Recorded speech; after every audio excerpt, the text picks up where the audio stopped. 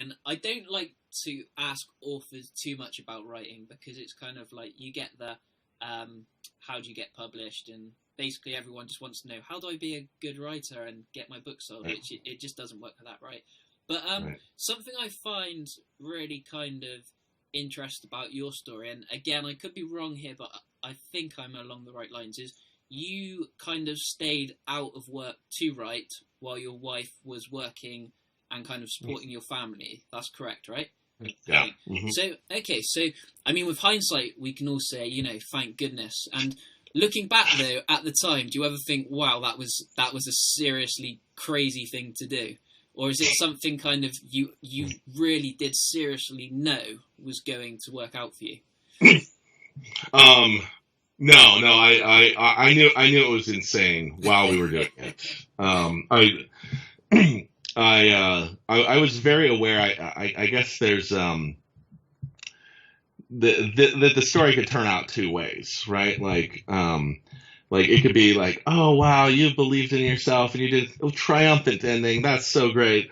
Or it could be like, so you're pumping my gas. So what do you do on the side? Oh, you're a novelist. Great. Yeah, or oh, you're tending bar, and oh, but you're really a novelist. Uh huh. Yeah, right. You go. And like as we were doing this, so I was basically the house husband. We lived in well, this makes it sound a little more dramatic than it is. We live next to the projects, the public housing in our town. We weren't quite poor enough to get the public housing, so they like paid way less than we did in rent, which was really frustrating sometimes. We like just had a little bit too much money to. Of course, the public housing in a small town is really not that bad. So it's and growing up next to the project makes it sound like you're in Compton or something. But so we grew up in we were in a little a little apartment, and I was house husband. I made breakfast, lunch, and dinner for my wife, and a little brown bag lunch, and handed to her at the door, and then I would write every day. And it was kind of a thing that like we'd quit our jobs when we got married, and I was a school teacher before that, and I was like, I can't write and do other stuff.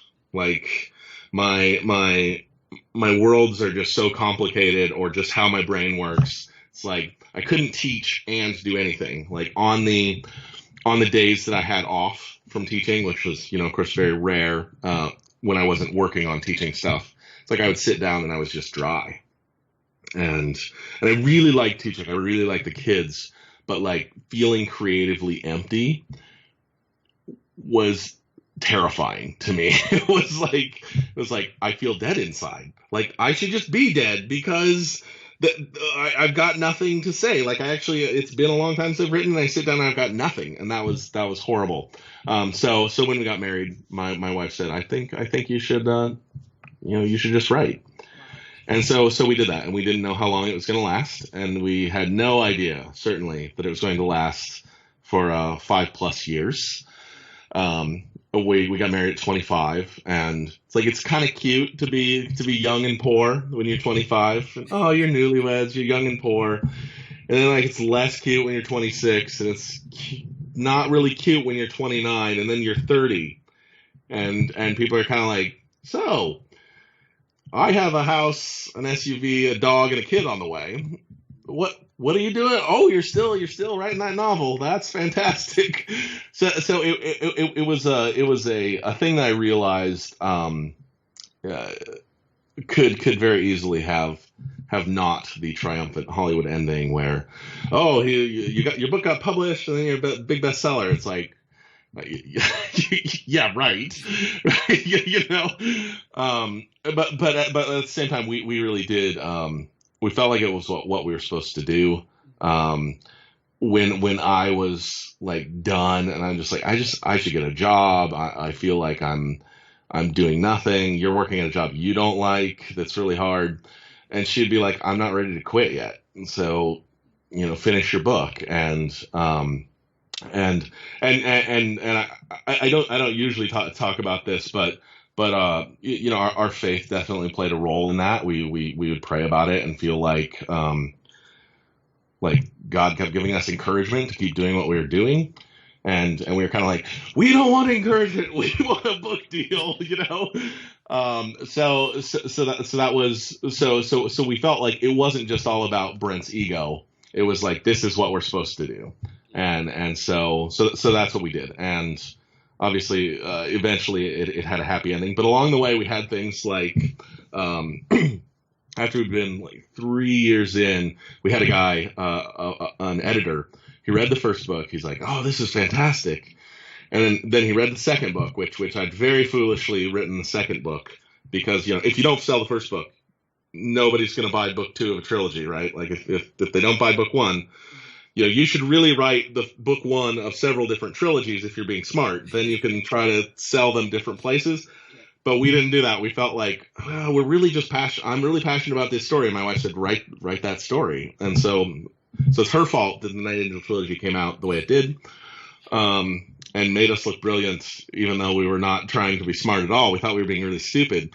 So I started so I was writing the second book.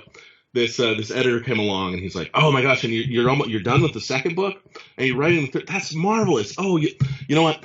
What I want to do with you is I want to publish these quickly."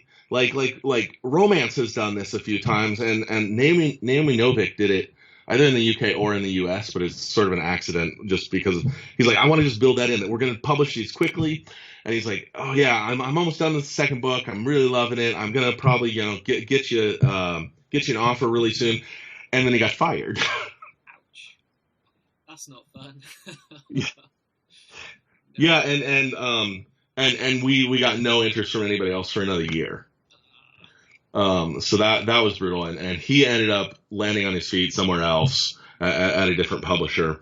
He got downsized, he ended up somewhere else and then came back to us and was like, is that still available? And then all of a sudden, we had 3-4 places. Oh, this book that's been sitting on our desk for months. Now, all of a sudden we think it's so great and we want to look at it. And Orbit came in and made a preemptive bid, and my agent told them no.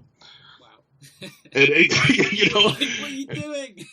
like at this point, this is why you have agents, and at that point, I would have given the book away, just like somebody cares.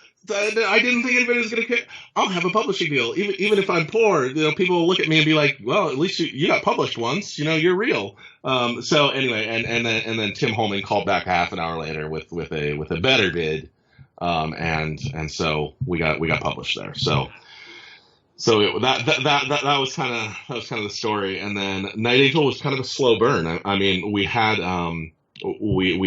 marvelous covers, of course, that definitely hooked into the Assassin's Creed thing, which I was done with the books before Assassin's Creed was thought of, but Assassin's Creed came out first. So we had these marvelous covers, but we had a relatively, the thing about my books was they're out quickly. There wasn't a huge marketing thing. It wasn't a huge printing. It was like 30,000 books. First printing, and then people just bought them. So second printing 2 weeks later, third week printing 1 week after that. I was like, is this normal? Like I didn't know, and then we hit the bestseller list 6 months later, which usually hits the bestseller list your first week out. So we just had fantasy readers are awesome because they tell each other when they find something they like. So we in books we don't get the huge marketing pushes in general that movies get or something. You never get that kind of marketing push, but readers stand in the gap, which is amazing. So that's the long story, medium long. That will be inspiring to a lot of people. And, hopefully, though, not too many people try and copy what you did. Yeah, it is. I don't recommend it. We felt like it was a special case, and it was tremendously stressful. I mean, it was really like I'm gonna have to get a real job. I would think all the time. I always had like, okay, we're gonna make it this month. Oh crap, her hours got cut. Can we still, can we make it? Can we pay all our bills? And living poor is not fun. And So it was really hard, and I would never suggest it unless your spouse is 110%, in agreement with like, this is what we should do. My agent has had clients who like quit their job as a lawyer. Oh, I'm going to be a novelist, with their spouse not really on board with that. it's Well, I think the whole kind of Brent Weeks fan base owes your wife a huge thank you. So, yes, yes. There's a reason the books are dedicated to her every time. So, brilliant. and she works for me now. Well, sort of. Cool. She got to quit her job eventually, so it really is a happy ending. So I guess